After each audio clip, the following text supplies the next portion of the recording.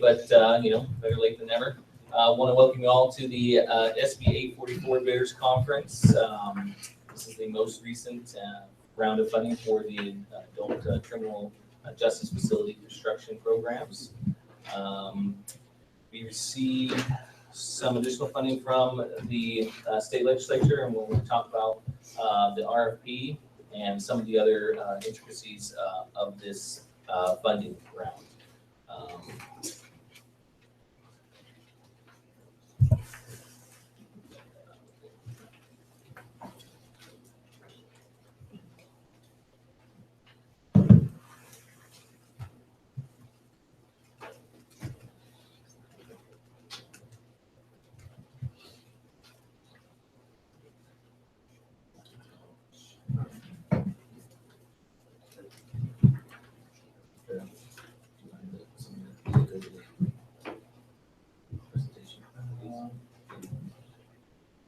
Sorry, technical difficulties here. I need to keep clicking.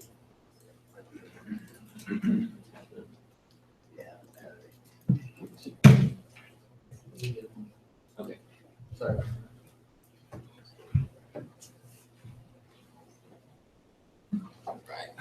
You ready to go next? Yeah. So we're just gonna go over a quick little agenda that we're gonna have. We're gonna start off with some introductions. We're gonna talk about the RFP. We'll talk about some of the highlights of that RFP. We'll have a quick presentation from DGS is gonna give a little bit of information. State Fire Marshal is running a little late. He may give a little bit of information as well.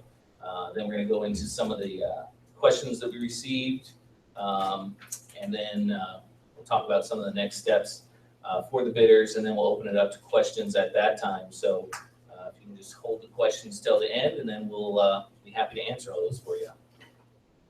So we'll just go around right now, introduce who we have up here on the panel, and then we can move forward. We'll start down there. Good morning, everybody. My name is Oscar Villegas. I'm a field representative working with John in the construction division. Good morning. Good morning, everyone. My name is Aaron McGuire. I'm the General Counsel for the Board of State Review Corrections.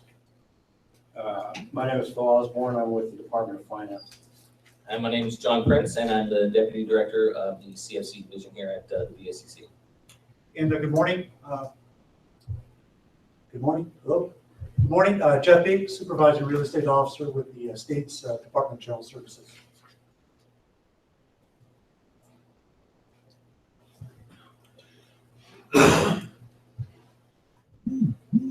So here's all the state partners that are involved in the process.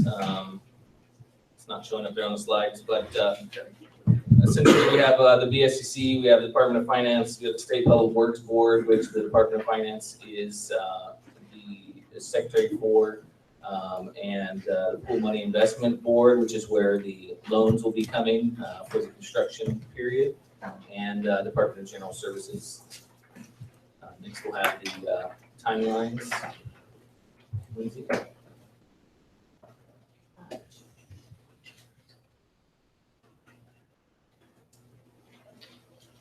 Good morning. My name is Lindsay too. I work with John and Oscar in the county construction division. So we're gonna go really briefly go through these timelines and just kind of let the counties know that we do have a cutoff time for the due date for the proposals. February 28th, that's the date the proposals will be due, and they will be due by no later than 5 o'clock in the afternoon. We're also going to be conducting a series of technical reviews once the proposals are submitted, and the key dates are all listed in there. Should you guys have any questions later, you can ask those questions at the end, and we'll try our best to answer them or discuss questions.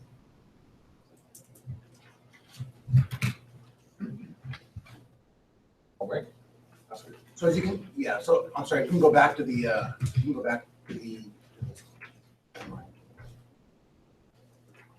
hear me okay? I don't think this one's working. Yeah. Okay. All right. So one of the things that I was asked to do is maybe just underscore very briefly, maybe take 30 seconds to identify the last four. You'll see at the bottom of the timeline there, the Executive Steering Committee will The Board of State and Community Corrections takes very seriously the work that it does and uses an executive steering committee process to help us make decisions. And so, for those who may not know, the full board took action in September of last year to establish an executive steering committee, in large part to help kind of guide the process. So they'll have a very significant role moving forward up until they make the recommendations to the board for award in June of this year. So we wanted to just underscore the role of the executive steering committee and its commitment to being trained in terms of scoring, having some participation and some input into the regulations, the RFP itself, as well as the scoring criteria that'll be used to rate the proposals. All right, so we're moving ahead. All right, so I'm going to go spend a little bit of time very briefly kind of going over sort of the purpose of the 844. And as you know, it's to provide 270 million at least revenue bonds with 20 million designated and set aside for Napa County. It'll be under the jurisdiction of the sheriff or the County Department of Corrections. And the money is designed for improved housing, emphasis on expanding programs and treatment space, as well as custodial housing, reentry programming, mental health, and treatment space. And I'm tracking along with the RFP. So if you want to track along on pages 5 and 6 under the funding for the lease revenue bond financing. One of the things we wanted to make sure that folks understood is that it's often confused with traditional grant funding, and many of you probably already know it is not grant funding. LRB funding is not designed to finance programs or operating costs. It's strictly for the construction of facilities. It cannot be reimbursed until after the State Public Works Board has established the county's project scope and schedule, cost and schedule.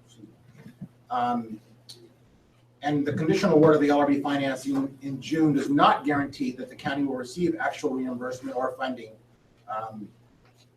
or that the state will provide interim financing, or that bonds will be issued. A conditional award only authorizes the county to actually move forward in the LRB process. Next slide.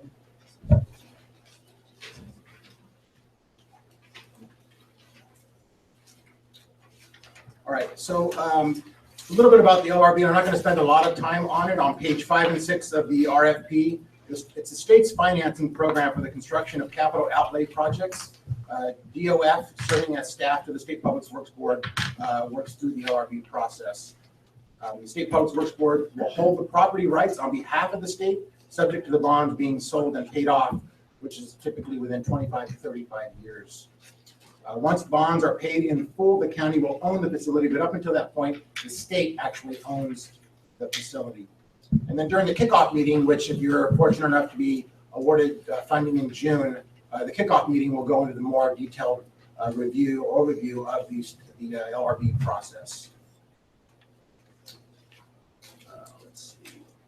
So just as a reminder, on page 7 of the RFP, SB844 funding is limited to counties that receive a partial award or have never received an award under the prior financing under AB 900, Phase 1 and Phase 2, SB 1022, and SB 863 financing.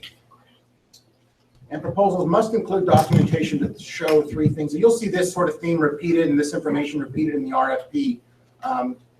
Spaces for, some of the things that you need to identify in your RFP, space to provide on-site, in-person visitation, and must meet or surpass the minimum number of weekly visits required by the state regulations.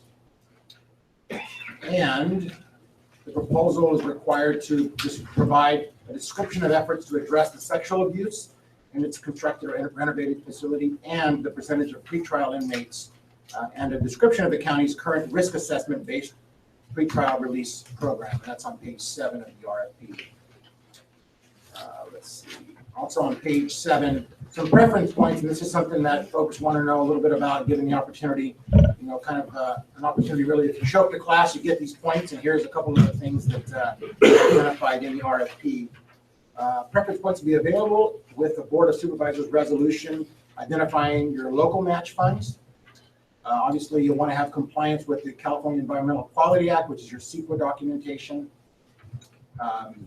And also replacing or outdated or unsafe housing capacity that adds to treatment, or seeking renovating existing or new building facilities that provide adequate space for providing treatment and rehabilitative services.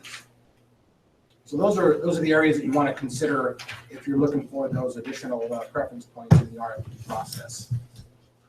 And then my final slide here, on page 8 of the RFP, if you're looking at increasing beds, there are some things that you need to consider. So replacing existing housing capacity, realizing only a minimal increase in capacity, using this financing only if the requesting county clearly documents an existing housing capacity deficiency, and will not be leasing the housing capacity to any other public or private entity for a period of 10 years beyond the completion date of the facility. All right, so that's just kind of a brief overview of some of the basics in the initial part of the RFP. Some of the other items of note that you want to be aware of: if the project is attached to another building that currently exists, physically attached, you are going to have to make sure that you meet the current fire life safety codes for the new building. So there may be upgrades required. There's also, you have to make sure it meets the seismic requirements as well, for seismic level 3 standards. So just bear that in mind if you are adding on to an existing facility, that is a requirement.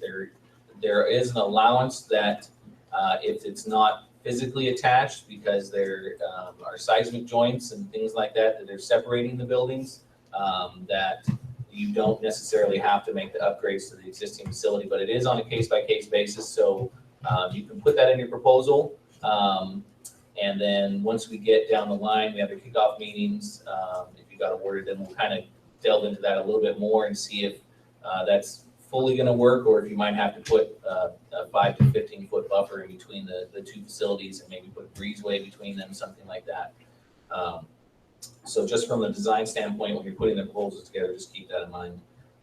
Also, if there is a stipulation that the ESC members wanted to put in this proposal for the small counties, knowing that we have a lot of small counties that are eligible for this funding, and not all the small counties will be able to afford to put up the cash and in-kind match or the operating costs. And due to the fact that we do have the stipulation that you cannot lease beds to any other entity, which includes other counties for this facility, they did put an additional percentage increase that the small counties can request, additional 10% of the total award. So the small counties are eligible for 25 million, but you can request, if you're doing a regional project, the 27.5 million to make a joint project. And I think that we just need to be aware, because I know that there are a lot of small counties that currently do housing for some of your local county partners that are next to you. And so with this facility, if you're currently doing that right now and you're planning on continuing to do that once you have the new facility, you might want to start having that conversation with those counties next door and see if you can't get a MOU and a board resolution from their county that they're going to work together with you to kind of put together the proposal, so that you can continue on with that process. So if you submitted a need assessment for the 863 program, you don't have to do a new needs assessment. You can resubmit the previous needs assessment that you did. If you did not submit a needs assessment and you're going to be increasing beds, then you will have to submit a new needs assessment, and that is described on page 16 of the RFP. One of the other items that you're going to have to do is do a site assurance for any land that you're going to be putting up for this. And if you're going to do any land purchases, the escrow has to close within 90 days of the conditional award. As of right now, the conditional award with the schedule is set to take place in June, so just bear that in mind when you're thinking about what land you might have to do. There is also a real estate due diligence. Going to set up an account with DGS, that component, and then the county is going to be paying through what's called a cruise account with DGS to facilitate that work. DGS will talk about that in just a little bit when has this slide there. Yeah, just a quick word. So as far as the property goes, the state's going to need to understand the property. So the county will actually be preparing the package for the Department of General Services to review, as well as an appraisal if there's going to be a land match component also. we'll touch on that in a couple of slides. If I could just interject real quick on the needs assessment issue, that needs assessment has to have been completed in with respect to applying for SB844 money. If you applied for an earlier round of funding, you'd have to do a new needs assessment. All right, when you're putting together your budget for this project and putting in the budget summary table that's on this RFP, please bear in mind the state fire marshal costs. Right now, there is no specific dollar amount. I know on previous, we recommended around $75,000. We found that it hasn't necessarily been true. So what we're currently recommending is 0.5% to 1% of your total project costs as what possibly could be an expense to the state fire marshal. So just bear that in mind when you are putting that together as well, to make sure that you have that built in. As far as the county match funds, there is a 10% match requirement for all counties. There is a stipulation in there for small counties, those counties below 200,000 in population, where you can petition for a lower percentage match. There is no specific minimum match that would be required for the small counties if you make that petition. However, do bear in mind that there are costs that are incurred for the county that are non-reimbursable costs, such as any costs associated with needs assessment, any costs associated with the land, and any other personnel costs that you're going to expense for the in-kind items. So generally speaking, there shouldn't be any counties that are petitioning for zero match, because there are other costs that the county is incurring. So we want to include that information as well. You need to make sure that if you are going to be requesting as a small county reduction in match, there is a little checkbox on the proposal checklist or the form there. Make sure you check that, and then whatever percentage you end up putting in that table there, the budget table, that's the percentage that your proposal will be evaluated on, and that is the percentage that will be the minimum percentage that you will be allowed to go for match going forward with the project. So if you don't think you can meet whatever that percentage is, make sure that you're at that minimum, whatever you're requesting on that. So here's a listing of the funding set-asides, which is listed in the RFP as well. Right now, we have $70 million available for one large county award, one full award at $70 million, $30 million for one medium county, and then we have $150 million broken out for small counties, which would equate to 6 full awards. But bearing in mind that regional projects can request that additional 10%, that may mean that there may not be 6 full awards. You may have some partial award built in there as well, because a regional project may eat up some of those dollars. The chart in the RFP, this is just an explanation of that chart on page 11, just speaks to the counties. And this chart is based on Department of Finance's estimates as of May 2016. This was the current estimate at the time of the legislation passing, which is why we use these totals. I know that they change over time, but unfortunately we have to go with the totals that were estimated at the time of the legislation, because that would be the intent of the legislature at the time, to use these totals.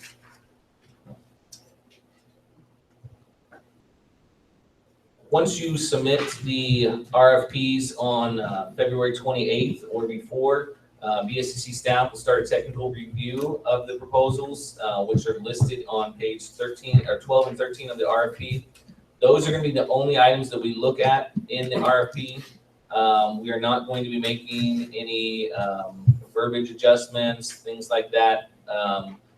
You're just going to be checking off those specific items. So what we'll end up doing is we'll put together a checklist of each RFP. We'll send them back out to the county. If you're non-compliant with one of those items, we'll have a note that will let you know exactly what needs to be fixed and how to fix it. You then have to bring that back to us by March 10th, with 12 additional copies of that final technically reviewed proposal. One item I do want to mention is on that February 28th, when you do submit your first RFP, do note that you are supposed to submit one blacked out copy so that we can distribute that if needed, if we request it as well. So just keep that in mind. This is just a listing of some of the items that are going to be technically reviewed. Like I say, it's on the RFP there. Some of the rating factors that you need to keep in mind is that there are a few things that will stop your proposal from being rated at all, that Oscar had mentioned previously. If you have a locked facility, you must have on-site in-person visitation that meets or surpasses the number of weekly visits. You can't have any that are video visitation only, and video visitation cannot eat into that number of weekly visits. It can be a supplement. You can have video visitation as well, but you have to have enough space. And when you're doing your staffing, you have to make sure that you have enough staffing to meet these number of weekly visits. Now, once you start operating the facility, if you're not using that all that time, that's fine, but we have to have the availability to do so. You also must address the sexual abuse efforts in your adult local criminal justice facility. And that's going to be what you anticipate doing in the new facility or the renovated facility that you're going to be receiving these funds for. So you just need to describe what it is. There's no specific requirements as to what it is that you're putting in that. We just need a description, and the ESC members are going to be looking at that as well. Some of the other items that you want to bear in mind when you're putting these proposals together is you want to make sure that the project is designed to meet a specific need. If you're not submitting a needs assessment, you still want to describe what that need is and why you need that facility, so that it's articulated to the ESC members when they're doing their rating criteria. You want to know what work is going to be done. Essentially, are you doing renovation? Are you doing a new facility? Or is there programming that's built into these facilities? Just give a broad overview of the projects so that the ESC members can do that full evaluation. How will the offender programming or treatment be served in the new facility? What's the county plan of action to accomplish any legal design or build requirements for this facility? What's the total project costs associated with the facility? And there's a whole budget section as well where you're going to describe all those things. And then you're going to have to make sure that you describe that the county is prepared to proceed with this. Part of that is the VOS resolution that states that you're ready. There's also a CEQA requirement as well. So those items being met will allow your proposal to be successful. So in each of the sections of the proposals, the ESC members are going to rate how well the narrative addressed those items that are listed. They're going to look at, make sure that the proposal describes those special assessment factors. Here's a listing. This is a listing of the scoring and how the scoring is done. Right here, the scoring can be a little bit different if you're looking at it. It looks somewhat strange, but basically there is some factors that are weighted factors and some factors that are not weighted, and you can denote that because there's a percentage listed on the RFP for those specific factors there. And all those factors are listed on page 18 of the RFP. So that is essentially the RFP. We're going to get into a little bit of the information about the program and how the program works before we get into some of the FAQs, and then we'll open it up for questions after that. This slide here basically describes how the LRG program is funded. Again, this is not a grant program. The county will have to come up with funds regardless of the amount of match that they're putting up. They may have to put up additional funds while they're waiting for reimbursement. So if the county's match is only $1 million, but there's costs of $5 million up until construction, the county's going to have to somehow float that extra $4 million until reimbursement begins. And reimbursement cannot begin until the Department of Finance issues their notice to proceed with the contract. So do bear that in mind. Now, once you have that award from Department of Finance, you can submit your first invoice and recoup some of those costs that are reimbursable. But there is a time frame in there where the county is going to be floating funds. So you have to make sure that there's a way for the county to do that in the interim. And this process can take, a year, 2 years, depending on how long the county's schedule is. So just bear that in mind. Okay, so county is currently going through the selection process and responding to the RFP. This is really, I'm going to be talking to pages 20 and 21 as part of the RFP. So going through the RFP, the county is focused on responding to the RFP at this point. Once selections are made and the county receives a conditional award, within 120 days of the award, the county will need to utilize the real estate due diligence checklist, which will be posted on BSCC's website, and submit a real estate package to the Department of General Services, along with an appraisal also.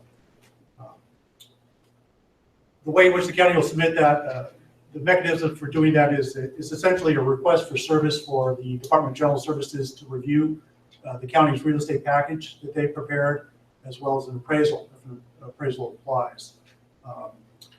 Again, the county will submit a real estate due diligence package that they prepared based upon the checklist. And if the county is going to seek a land in-kind match, they'll need to submit an independent appraisal as well for General Services to review. Now, if the county is not going to be seeking a land in-kind match, there's really not a need for the county to go through the cost and expense and time to prepare that appraisal. So just wanted lessons learned for prior programs, just kind of wanted to get that out to the county. So being sensitive to time and money, I just wanted to kind of give you a heads up on that. So really, once you go through the RFP process, the award's received, you'll need to go to BSCC's website and look at the due diligence checklist and then prepare those, supply those items along with the request for service or crews to General Services to review that package. This slide describes the typical review periods for the state fire marshal. I really wanted to put that in there to describe some of the additional costs that may be associated with the design build process versus the design bid build process. On the design bid build process, there's essentially 4 reviews, and those reviews are limited to those 4 time frames because you're going to have construction documents that are done. When you have the design build project process, there could be more reviews because you're going to be submitting additional design build packages that will happen throughout the project once you have signed your contract to DBE, because they may do one package that's talking about site work, one package is talking about foundations, another package is talking about additional items as you go, and each of those packages need to be reviewed by the state fire marshal. So do bear that in mind. If you are putting together a design build project, you may want to err more on the higher side of the state fire marshal costs. And if you're doing the design bid build, again, those are going to be a little bit lower cost just because of that time frame. Both project types are eligible for this funding and have been successful as well with prior projects. Now we're going to get into some of the FAQs, some of the questions that we received. You have a listing of the FAQs as well that were up at the front. And anybody that's watching online, if you want to get a listing of those FAQs, those are going to be posted on our website under the 844 tab. And that will go going forward as well. So any new questions that we received today and any questions that we receive after today are going to be updated on the FAQ sheet and posted on our website so that everybody has the same answers to all the questions and nobody's getting some information and others not. So we'll just quickly go over some of these questions here, and then we will, I think pretty close, open up for discussion and questions for anybody in the building today. So one of the questions we had is, as a part of the construction of the new jail facility, can the day reporting center be attached to the new jail facility by a breezeway, or will it need to be completely separate from the new jail facility? And I think we answered that before, that the day reporting center can be attached or it can be separated via breezeway. If it's attached, you're gonna have to make sure that you do include any seismic upgrades, any security, fire life safety upgrades to the existing facility. If there's that breezeway, you may not have to do so. Again, that's gonna be on a case-by-case basis, so keep that in mind.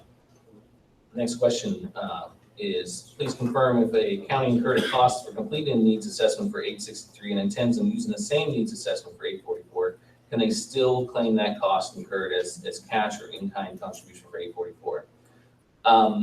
It's a simple but complicated answer. If you don't have an 863 award, either partial or a full award, if you have a full award, obviously you're not eligible for 844, but if you received a partial award and you are claiming that cost for the 863, those costs would not be eligible to be claimed for the 844. If you did not receive any award for 863 at all, then those costs are eligible for the claiming in the 844 costs as well. So the next question, can funding be increased to handle additional administrative costs of having to manage SB 1022 and separate from the SB 844? Unfortunately, this is a separate program of the 1022. There's no additional funding allowed for those costs. These programs have to be run separate from each other. If the facility, if you have a 1022 partial award and you're receiving it, if you do receive a SB 844 award, you can have those two facilities operate together. They can attach together, but there's no additional funding to allow for administrative costs between the two. Those projects will have to be accounted for separately when you're doing the cost analysis.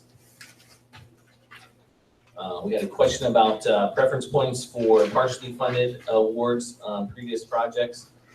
Unfortunately, the legislature did not put any stipulation in, and the ESC did not also put any additional stipulation in that partial awarded counties would get any preference points for this funding going forward. So we cannot allow that, unfortunately. We have another question, the SB 844 funding, is there a need to send a scope statement to BSCC for approval? Yes, a new scope statement is required for the 844, even if it's the same scope that was requested in the 863, you're still gonna have to supply that in the 844 proposal.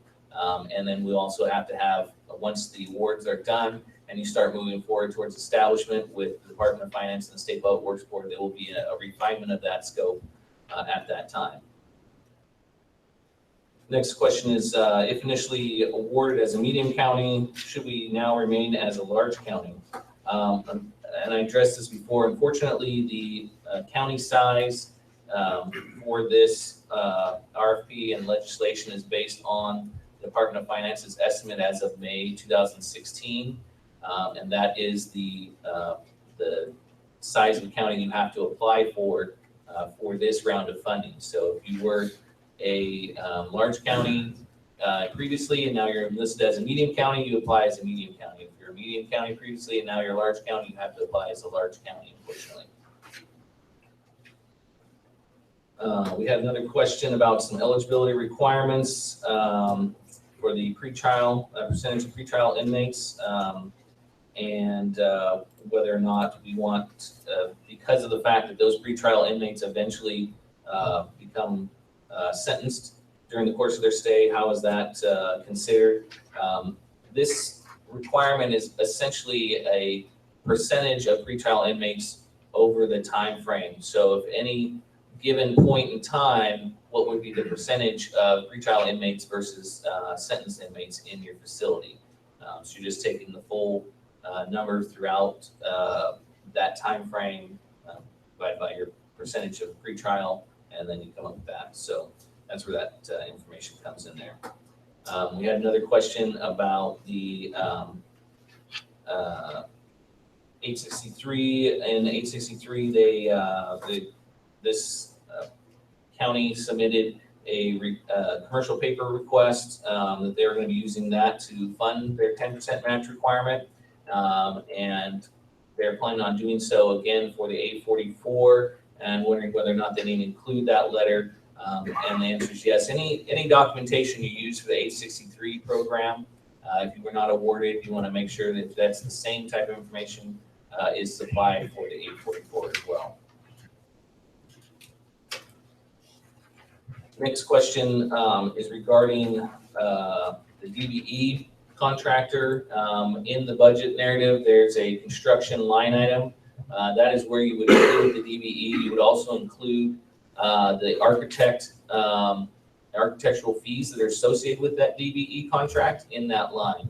There is architectural fees associated with the bridging documents, and those fees would be in the architectural line item there. So there will be architectural items accounted for in two different places for a DBE contract. The one that's pre-construction and the one that will happen as you're getting into your DBE contract. Last question we're going to talk about here, and we'll open it up to the questions inside, is by simply naming or referring to a housing unit as a mental health unit, would that subject the unit to fall under additional regulations that could incur more cost, construction, or operation regulations? This is, generally speaking, just naming the unit a mental health unit is not going to put you in any additional regulations. However, the actual use of the facility, some of the equipment that you have, those types of things may cause you to incur any additional costs. There may be additional regulations you would be held under.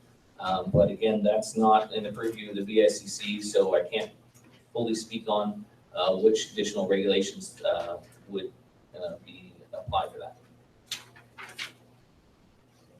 We'll talk about the next steps, and then we'll open up the questions. When you're putting together these RFPs, you may want to consider a point person or a team lead for different sections of the RFP. That way that it can be broken up into parts to get this done. I know there's a quicker process for the RFP at this point, so this may help allow you that extra time. We are going to be, after this, allowing submissions of additional questions after this bidder conference. And again, we're going to be updating the FAQs on the VSCC website with those answers. So you can go ahead and keep submitting the questions you have via email. We'll keep updating those. The last date that we do set on this for any questions is February 23rd. That way there's still a few days after that last date so we can get those questions answered before the last date of submittal of the RFPs. So keep checking back on the VSCC website for those FAQs. Again, the submission of the applications are due on February 28th. After February 28th, VSCC staff will start doing the technical review period. So please make sure that you have staff available to turn those technical review items around, because those submissions are due back to us by March 10th, and then we're going to need 10 copies of those, 12 copies of those by March 10th at 5 o'clock. All right, at this time, we'll open up any questions that anybody has in-house. Thank you very much.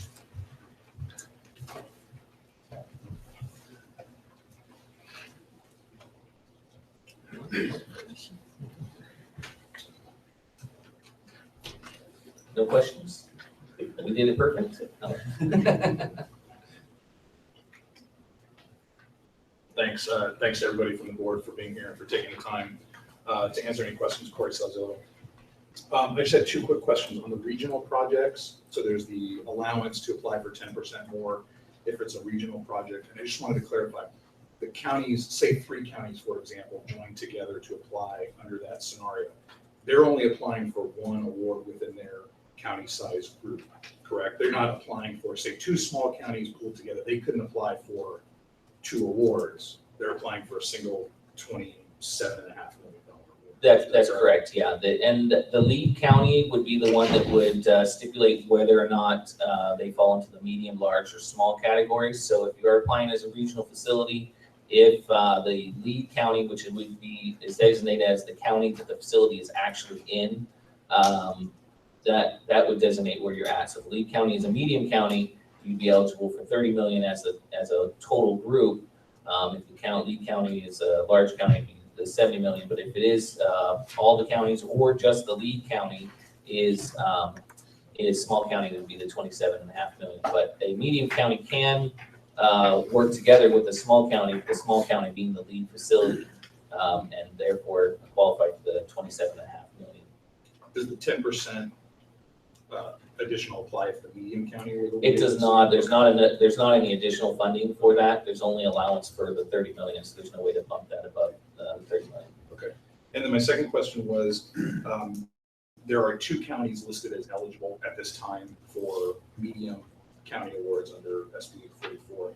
If neither of those counties apply, or there are leftover funds, say one county applies for 20 million, in that example, is statute required to move that money out of the medium county pot to either large or small?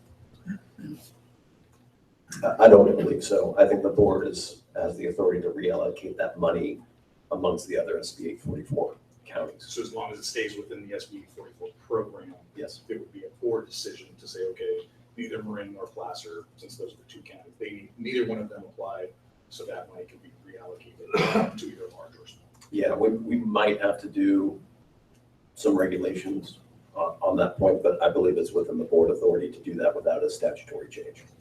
Thank you all.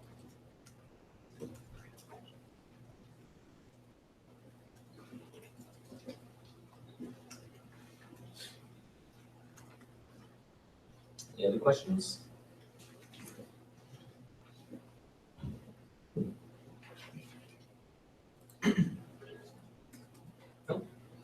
All right, well, thank you very much for coming. Again, if you have any other questions, you can go ahead and submit those via email. We will post them on our website through the FAQ section as well. Take a look at the FAQs that we have supplied today. Again, those will be posted on the website, and hopefully that will answer all your items. Thank you.